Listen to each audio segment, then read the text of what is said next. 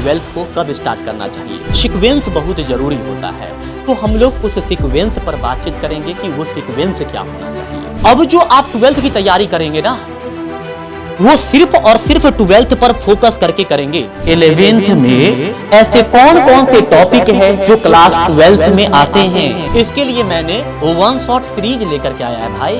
रख हौसला, वो मंजर भी आएगा, प्यासे के पास चलकर समंदर भी आएगा, थक कर मत बैठ ए मंजिल के मुसाफिर, मंजिल भी मिलेगी और मिलने का मजा भी आएगा। प्यारे बच्चों नमस्कार। तो कैसे हैं आप सभी प्यारे बच्चे? उम्मीद करते हैं कि बहुत ही अच्छे होंगे मेरे बच्चे। अब मैं ये बात करने के लिए आया हूं कि ट्वेल्थ को हम लोग कब स्टार्ट कर सकते हैं, किस स्थिति में ट्वेल्थ को स्टार्ट कर सकते हैं, किस सिचुएशन में ट्वेल्थ को स्टार्ट कर सकते हैं, किस तैयारी में ट्वेल्थ को स्टार्ट कर सकते हैं। इस स्थिति में हम लोग यहाँ पर अब पहुंच चुके हैं। तो हम लोग अब क्या करेंगे, इसी पर चर्चा करेंगे कि ट्वेल्थ को कब स्टार्ट करना चाहिए। मेरे बच्चे इस बात को आप हमेशा ध्यान में रखिएगा कि कहीं भी अगर हमें छत पर चढ़ना है तो हमें स्टेप बाय स्टेप ही चढ़ना पड़ेगा। अगर हम सिर्फ अगर चाहेंगे कि नीचे से जंप मार करके फर्स्ट फ्लोर से जंप मार करके सेकेंड फ्लोर, तो हम लोग स्पाइडरमैन तो है नहीं कि वैसा कर सकते हैं। तो किसी भी चीज़ में क्या होता है ना कि एक जो है ना स्ट्रेटजी, या फिर आप ये कह सकते हैं कि एक कॉन्सिक्यूटिवली बहुत ज़रूरी होता है ना, सीक्वेंस बहुत ज़रूरी होता है। तो हम लोग उस सीक्वेंस पर बातचीत करेंगे कि वो सीक्वेंस क्या होना चाहिए। मेरे बच्चे सबसे बड़ी बात यह है कि हम लोग ट्वेल्थ की तैयारी कब शुरू कर सकते हैं, किस स्थिति में स्टार्ट कर सकते हैं। बहुत सारे आप देखे होंगे अक्सर बच्चे कि दिसंबर से ही ट्वेल्थ की पढ़ाई उन्होंने शुरू कर दिया। कुछ बच्चों को आप देखे होंगे कि उन्होंने नवंबर से ही ट्वेल्थ की पढ़ाई स्टार्ट कर दी। कुछ बच्चे जनवरी से ही ट्वेल्थ की पढ़ाई स्टार्ट कर दी। कुछ बच्चों ने फरवरी से स्टार्ट किया, कुछ बच्चों ने अभी तक स्टार्ट नहीं किया है। तो मैं तो एक बार उन बच्चे को बहुत बहुत धन्यवाद देना चाहता हूं कि जिन्होंने अभी तक ट्वेल्थ की पढ़ाई स्टार्ट नहीं की है। क्यों? इसके पीछे रीजन ये है कि अब जो आप ट्वेल्थ की तैयारी करेंगे ना, वो सिर्फ और सिर्फ ट्वेल्थ पर फोकस करके करेंगे, ट्वेल्थ पर पूरा कंसंट्रेट होकर के करेंगे, पूरी जिम्मेदारी के साथ करेंगे, पूरी रिस्पॉन्सिबिलिटी के साथ करेंगे। लेकिन जिन्होंने पहले थोड़ा सा तैयारी किया या शुरू कर दिया, वो तो 11th को भी देख रहे थे, 12th को भी देख रहे थे, उनका मन भटक रहा था। लेकिन जिसने अपने मन को बांध करके रख लिया अभी तक, जिसने लक्ष्य साध लिया, जिसने अपने लक्ष्य पर कार्य किया, और जो आने वाले लक्ष्य पर कार्य करने वाले हैं, उनका ट्वेल्थ बहुत ही अच्छा होगा। यह मेरा अनुभव है, मैं अपना अनुभव कहता हूं। मैं कई जगह पर ऑफलाइन में भी ऑनलाइन में भी ट्वेल्थ की जो सिलेबस है वो मार्च में भी शुरू किया था मैंने। अब सोच सकते हैं, मेन बात है ना कि आप में कंसेक्यूटिव होनी चाहिए, मुझ में कंसेक्यूटिव होनी चाहिए, फिर तो मजा आ जाएगा पढ़ के। तो मेरे बच्चे ट्वेल्थ की तैयारी हम लोग अगर एक प्रॉपर तरीके से करना चाहते हैं, बेस्ट तरीके से करना चाहते हैं, तो उसका बस एक ही थीम है यहां पर कि आपके पास में 11th का हर एक पॉइंट रिवीजन होना चाहिए। 11th में ऐसे कौन कौन से टॉपिक है जो क्लास 12th में आते हैं।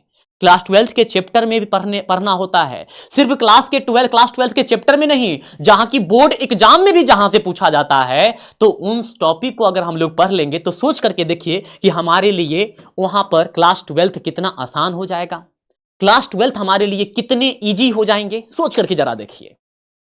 तो हम लोग को ट्वेल्थ तभी स्टार्ट करना चाहिए बाबू, तभी स्टार्ट करना चाहिए, ट्वेल्थ हम लोग को तभी शुरू करना चाहिए जब हमारा 11th का जो मेन इंपॉर्टेंट पॉइंट्स है, 11th में जो मेन इंपॉर्टेंट पॉइंट्स है, यानी कि मुख्य पद जो है, महत्वपूर्ण पद है, मेन इंपॉर्टेंट पॉइंट्स क्या होगा बाबू यहां पर, तो मेन इंपॉर्टेंट पॉइंट्स क्या होना चाहिए, तो मेन इंपॉर्टेंट पॉइंट्स जो है ये कंप्लीट होना चाहिए, है ना, अच्छी तरीके से कंप्लीट होना चाहिए, कंप्लीट होना चाहिए। अब आप कहेंगे कि सर पूरा 11th को पढ़ना तो संभव है नहीं कि मैं पूरे 11th के इतने सारे चैप्टर्स आपने पढ़ाया है, इन सारे चैप्टर्स को मैं कैसे पढ़ूं, कैसे रिवीजन करूं। तो नहीं, मैं ऐसा नहीं कह रहा हूं। मैं सिर्फ बात कर रहा हूं कि जो इंपॉर्टेंट टॉपिक है ना, मैं उसी इंपॉर्टेंट टॉपिक पर बात करने के लिए कह रहा हूं। और इसके लिए मैंने क्या किया है पता है? इसके लिए मैंने वन शॉट सीरीज लेकर के आया है भाई आप लोगों के लिए। इसके लिए मैंने वन शॉट सीरीज चला रखा है केमिस्ट्री में, वन शॉट सीरीज चला रखा है, वन शॉट सीरीज चला रखा है। किसमें?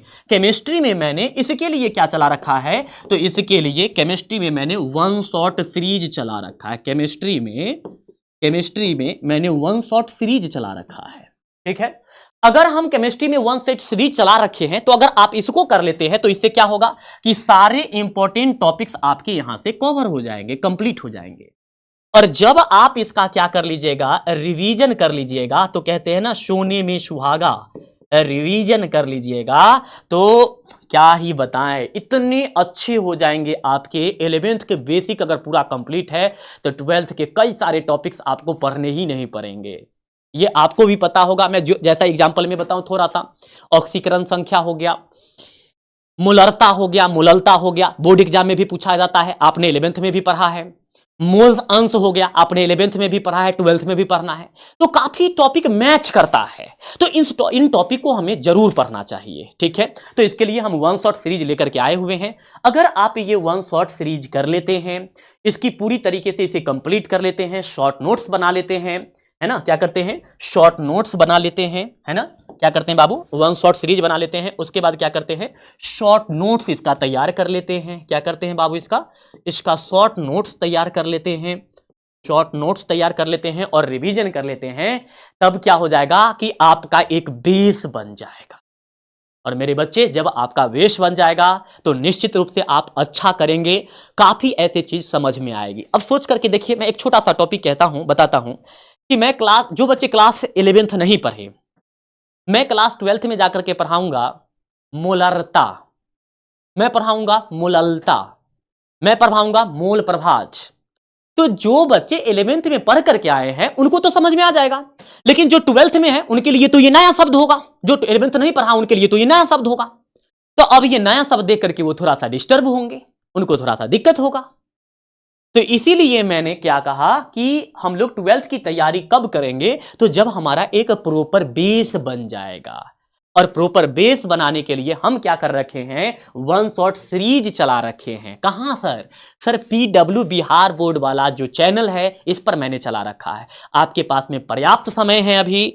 आप उस समय में, अभी 10 तारीख है, यानी कि आज मैं 10 तारीख को इसको रिकॉर्ड कर रहा हूं, तो आपके पास अभी बहुत समय है, काफी टाइम है, मैक्सिमम टाइम है आपके पास। आप अगर चाहें तो इसे कर सकते हैं, मैक्सिमम टाइम है, इसे आप लोग कर लीजिए, है ना। और उसके बाद जब हम लोग क्या करेंगे, क्लास 12th में का शुरू करेंगे तो एक अलग ही अंदाज में करेंगे, एक अलग ही रंग में करने वाले हैं। ठीक है मेरे बच्चे, तो इस चीज को आपको ध्यान में रखना चाहिए। अब एक बात और आपको कहेंगे बाबू यहां पर, कि अगर आपके पास में लक्ष्य है ना तो आप बहुत अच्छा करेंगे। जो लक्ष्यहीन व्यक्ति है वो भविष्य में कुछ ज्यादा नहीं कर पाते हैं, वो अक्सर फेल हो जाते हैं जिंदगी में, वो बहुत कुछ नहीं कर पाते, बहुत कुछ नहीं ज्यादा जिंदगी में कर पाते, सफल नहीं हो पाते। तो आपके पास में लक्ष्य होना चाहिए, और वो लक्ष्य मैं आपको दे रहा हूं कि 2026 में बिहार टॉपर का।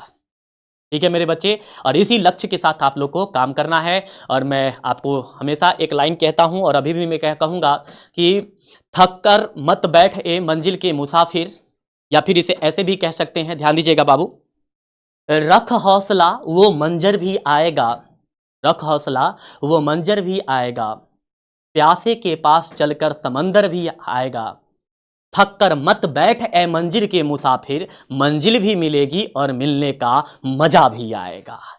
तो इसी के साथ हम लोग को कार्य करना चाहिए मेरे बच्चे। ठीक है, तो आप लोग इसी पर प्रॉपर काम करिए। मिलते हैं आप लोगों से फिर क्लास में, तब तक के लिए बहुत बहुत धन्यवाद।